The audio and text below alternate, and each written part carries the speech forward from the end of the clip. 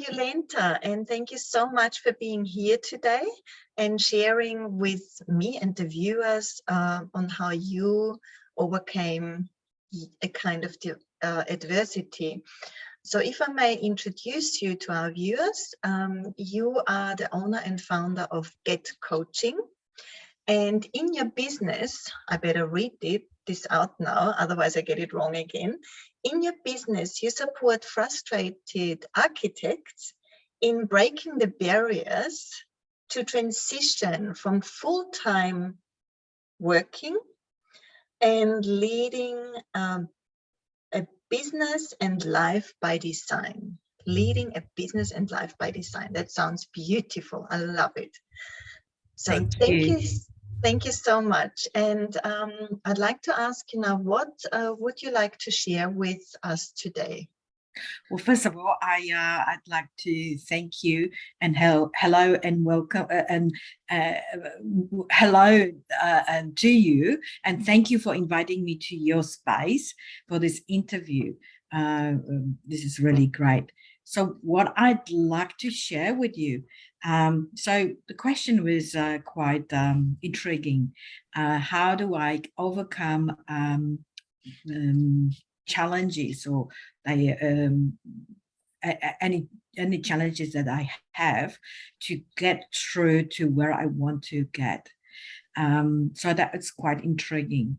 And so I've had many challenges in my life. And the one that I'm dealing with is the latest is that I'm actually transitioning from a full-time job to create my own business. And it's not just a straightforward transition, because I spent over 30 years as an architect and I have been successful in that field.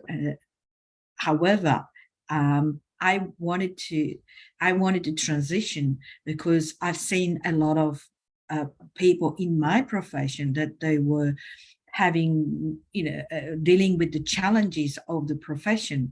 And so I wanted to learn more and discover what is it that creates those blockages that we can't achieve what we want to achieve. We certainly prepared through the education, but that we have these blockages.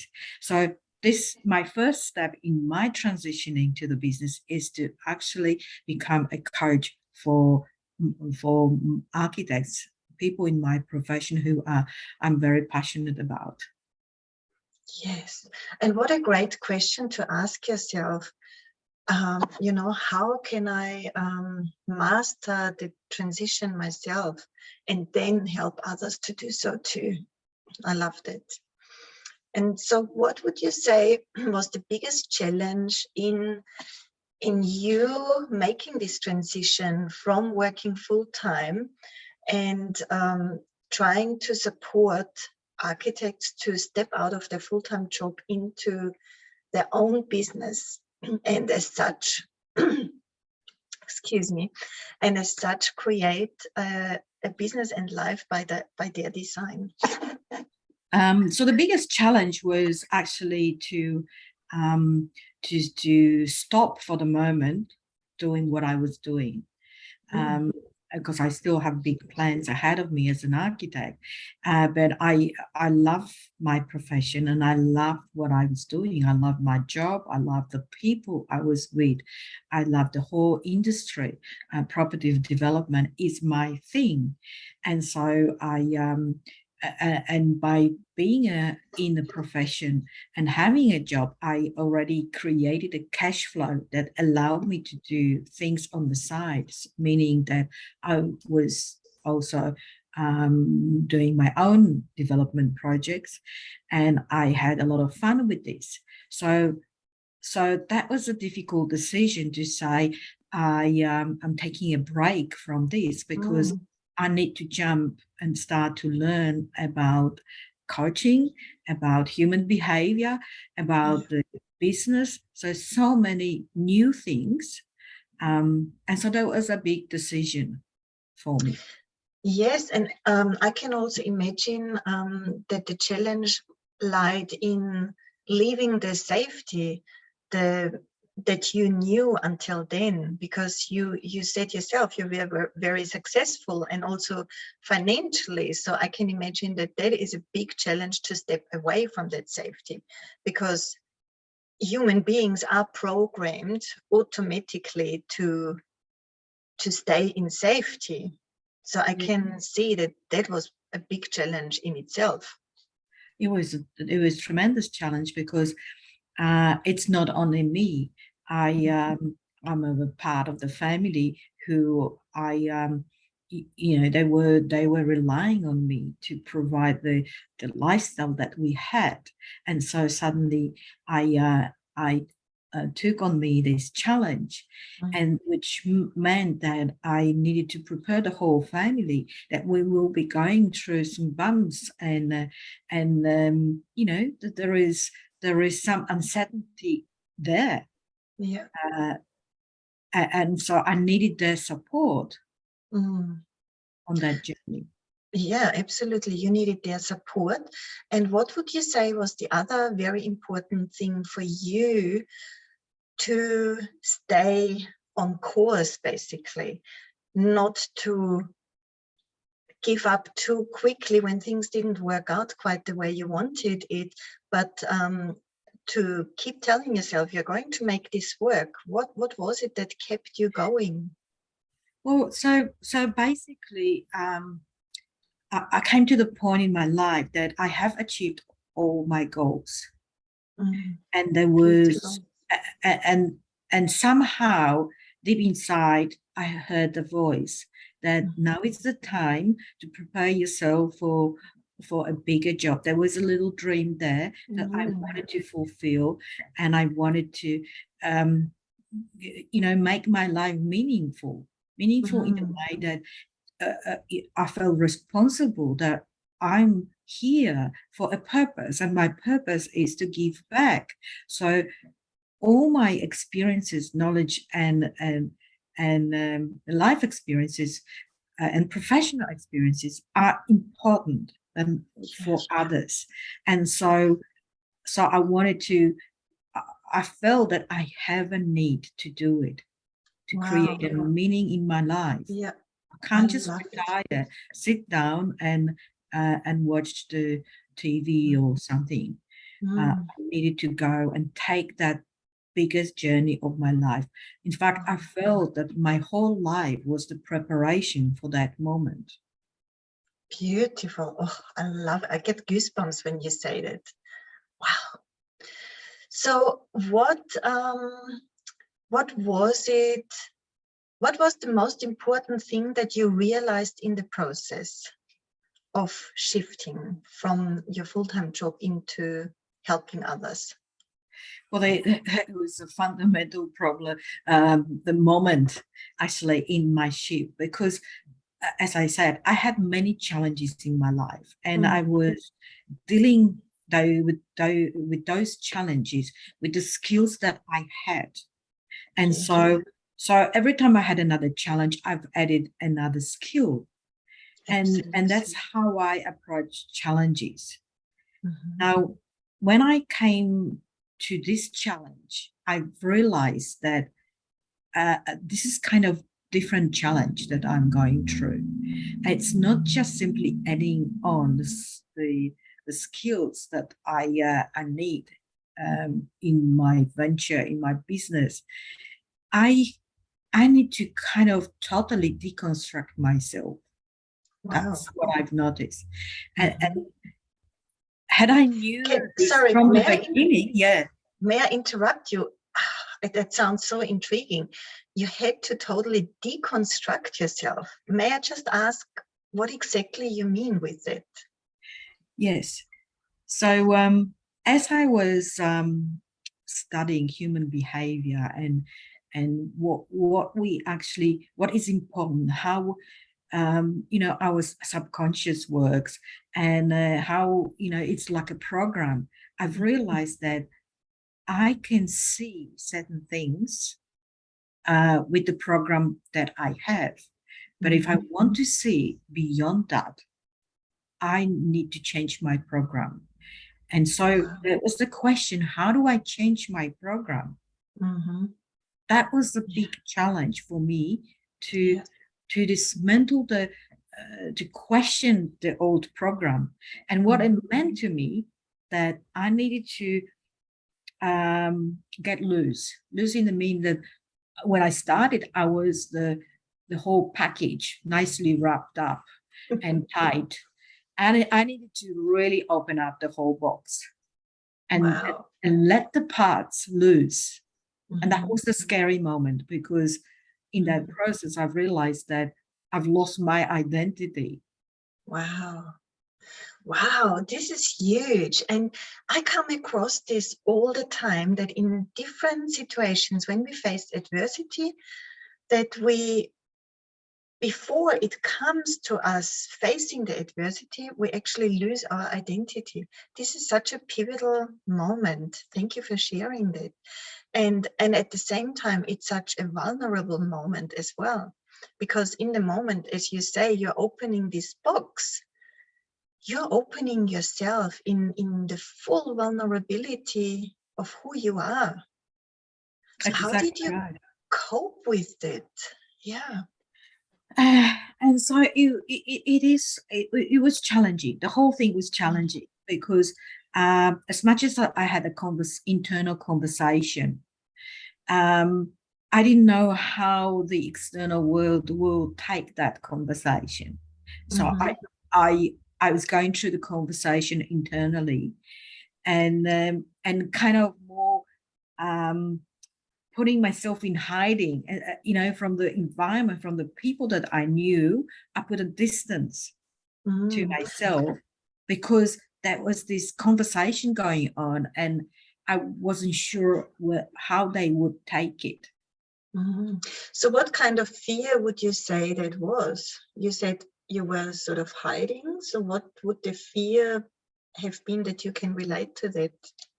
The fear that I was going through, say, my vulnerability, my Mm. pieces that are hidden from the world. It's like all the shames and thoughts, Mm. stuff that we go through and never reveal to the world. Yeah, so it's like I had that come up in another interview. It's like shedding the mask, or the Yeah, masks, more of exactly. them, isn't it? Yes, yes, Yes. I have created a mask which was suitable Yeah. to the life that I was living, Mm-hmm. um, and and slowly that was taking me to being disconnected with who I really am. Mm. Yes. And what it meant that who I am was kind of in a child form, undeveloped. Yeah. Wow. This is huge, because what you're sharing is that in essence, if we don't work on ourselves and start shedding the mask so that we reveal the true us, we are not able to help or support others, isn't it? We need to dig deep first on ourselves, and I know that from myself, before we can go out and help others do the same. Yeah. Well, Yeah. there is a process, because in the beginning I Mm. didn't really know how important this was to Same. rebuild me. And so going back to my core, going back to my child form and taking it from there. Mm-hmm. Um, and the difference being that when I first started, I was that rigid box, and I had some beliefs and some attitudes, and I wanted to. I was incongruent because I was learning, stepping into a new arena, and I was Mm-hmm. trying to be that person, Mm-hmm. but I wasn't there yet. I Yeah. wasn't that person. So I needed to step back deep into me to Mm-hmm. actually understand what am I trying to achieve. Mm. A question that just came to me as I was listening to you. Would you say that because you've been an architect, and maybe it's a presupposition, but is the architect world more a masculine dominated world, and were you maybe more taking on a masculine kind of energy rather than feminine energy because you felt you had to fit in? Yeah, it's definitely. I recently looked at the statistics, and it's changing. The mix of female and male gender in the profession is changing. It's coming closer to 50-50. But when I started, my generation, when I looked, it was big dispersity. It was like, maybe 10, 15, 20% of female, and the rest was really dominated by male.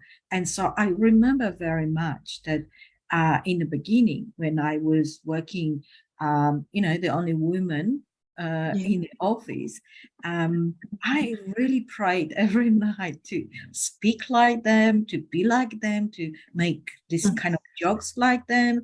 And I really wanted to become man. I was telling myself, I'm a man. Yeah. Wow. Even though I'm quite small, and but don't look like a man. Yeah. I And really so, wanted to be like that. and so you kept putting on more masks around yourself. So Yeah. we're not only talking about the mask that you have been putting on in your childhood where you were told certain things, but even in your profession, you kept adding on. Yes. Wow. I was definitely, as I was going through my profession, and I was growing in my profession and stepping up to the higher roles, the culture was that I need to be this authority figure. I need to be a figure of, I need to have a credibility. So I need to behave certain way. So I mastered that. I keep mastering behaving, coming from authority position, where in fact, I wasn't probably able to develop my female characteristic in that way. Exactly. And as a coach, we know that it's so important to have a balance between feminine and masculine energy to function the best possible way, isn't it? That's right. That's right. Yeah. And these days, there is more female in the architectural profession, and they also need a leader that will be representing what female approach might be. Yeah, absolutely. That would be really interesting. Yes. So how, in which way is it that you are supporting architects who are frustrated and who are trying to transition from full-time job to having a lifestyle and like a balance in life and business and being successful? Yeah. How do you do that exactly? How do I do that? So from my observation, majority of architects, and that's probably comes back to the education of architects. And that's how I was educated. And so and even the majority of people who choose architecture, because architecture is on the edge between the art and science, right? Yes. It is a creative world. So when I walked into, I wanted to study architecture because of that creativity. That was my attraction to this profession.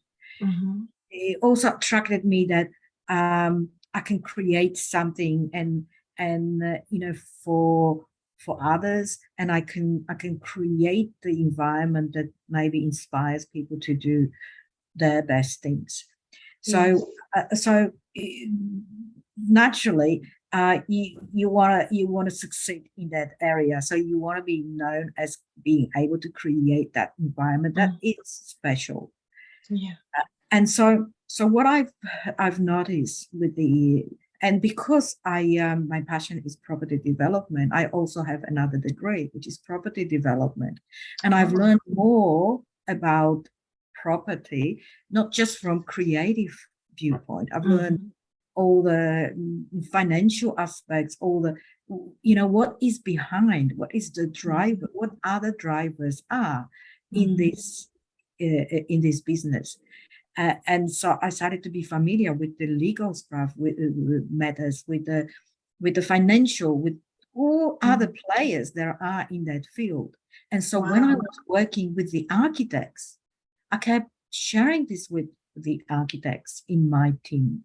It's not only about making this drawing beautiful. It's not only about making this building difficult.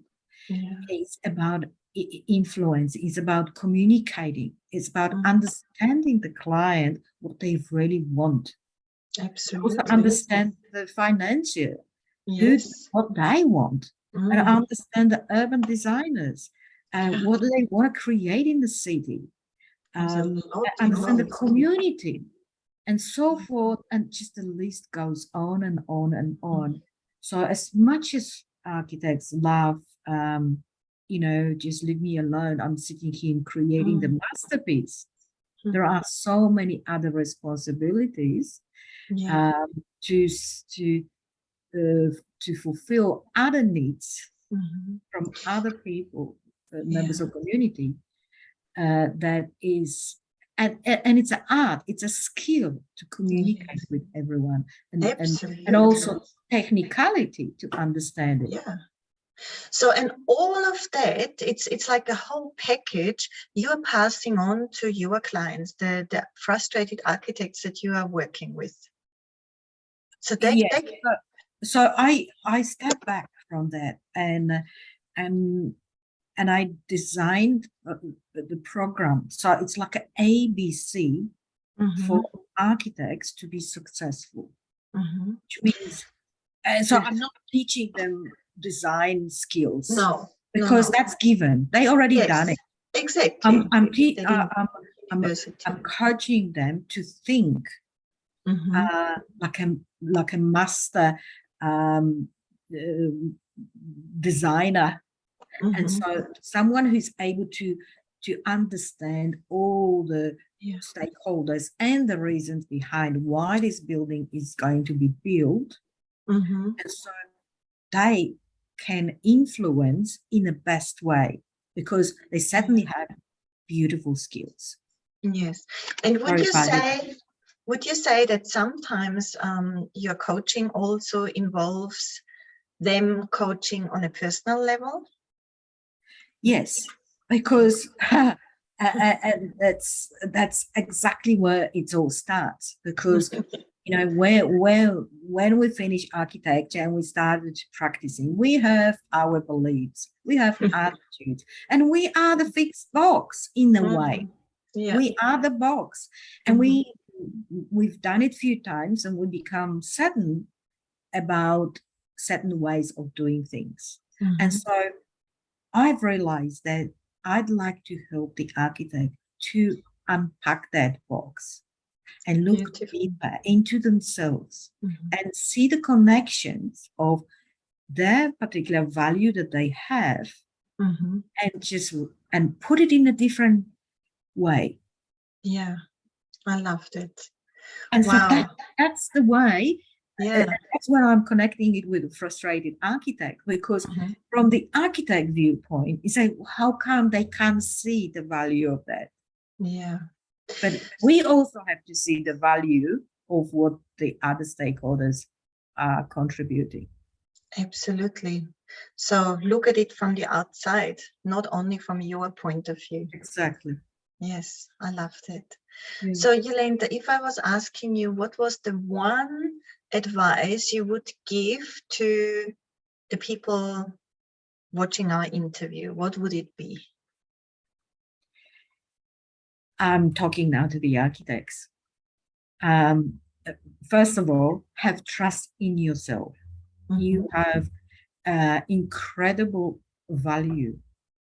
Yes. Because you are a creative and person, and also able to communicate in a way that others can't, majority can't, because they can visualize the final product. Mm-hmm. And that's the power. Yeah. And so with this in mind, let's add to it other skills. Yes, I You like know, it. like business skills, marketing skills, sales skills, influential skills. Just repackage that Yeah. and recreate yourself like a Renaissance architect. Love it. And so saying that, also telling them to be open to learn more, isn't it? Yes, definitely. Yes, Yeah. definitely. Because our life, it doesn't stop there. We get one degree, but our life, it's just never-ending growth. Yeah. And so I love it. we have to take that ball and keep rolling and rolling and rolling, Yeah. and that is then in return would create the fulfillment that they look for. Yeah, that Because makes they sense. will be satisfied. I guarantee that Mm-hmm. they will find the meaning in their profession, and and they can then create the lifestyle that they really after. The opportunities are endless, and so Yes. let's bring the best version of yourself to this world, and Yeah.